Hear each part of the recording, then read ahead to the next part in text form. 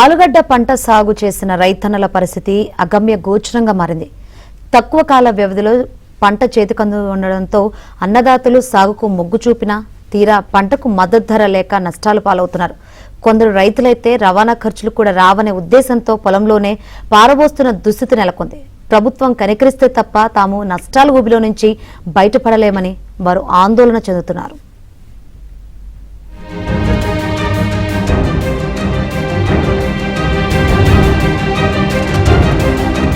ఆలుగడ్డ పంటను సాగు చేసుకున్న రైతుల నోట్లో మట్టి పడుతోంది.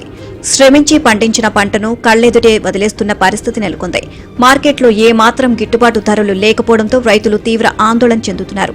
కనీసం పెట్టిన పెట్టుబడులు కూడా తిరిగి రాని పరిస్థితి నెలకొంది అని వాపోతున్నారు.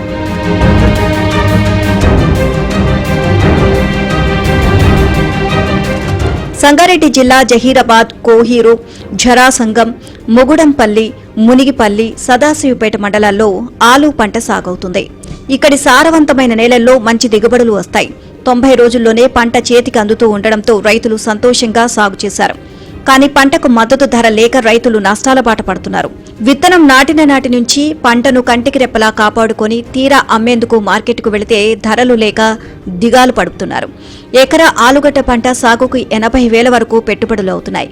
మార్కెట్లో క్వింటా ధర 300 మాత్రమే పలుకుతోంది. కాగా ఈ ధరకు పంటను కొనుగోలు చేసే పరిస్థితి లేదు అంటున్నారు.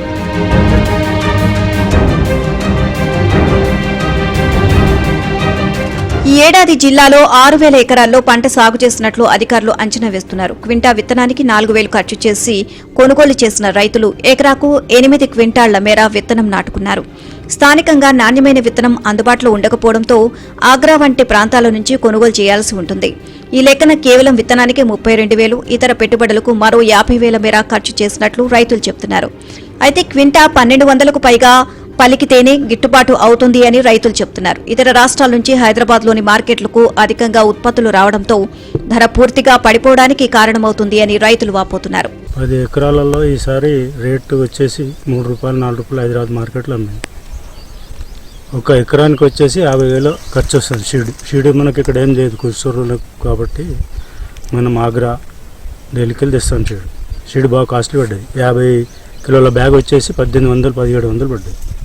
అది మార్కెట్కి వచ్చేసి ఈల్డ్ వచ్చినా కానీ రేట్ లేక అంతా వ్యవసాయదారులకు ఈసారి ఒక ఎకరానికి వచ్చేసి 50,000 నుంచి 70,000 వరకు నష్టం జరిగింది. 50,000 పెట్టుబడి పెట్టినాం ఎకరానికి. 70,000-80,000 నుంచి ఇప్పుడు 10 ఎకరాలంటే ఒక 5-6 లక్షలు నష్టం జరిగింది.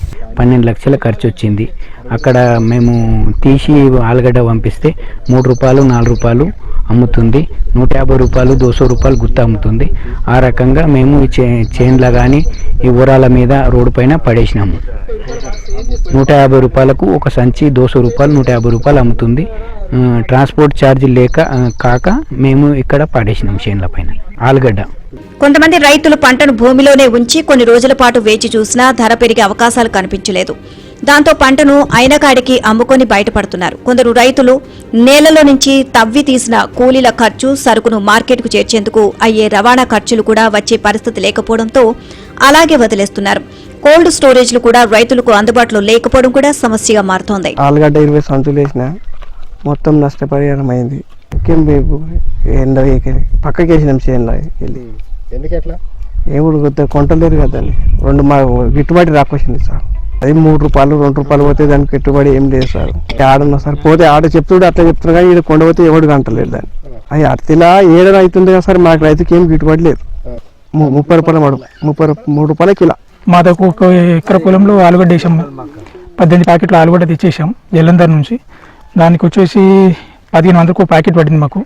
మా దగ్గర తీసేసరికి రేట్ లేదు. అక్కడ పంట మొత్తం పండించిన తర్వాత రేటు లేక మొత్తానికి తీసి పక్కన వేసేసినాం.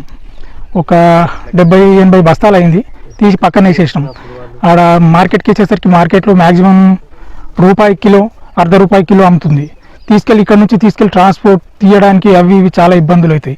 దానికి మళ్ళీ రిటర్న్ మా పైనే పైసలు పడుతున్నాయని చెప్పేసి ఆ ఉద్దేశంతో తీసి పక్కన వేసినాం.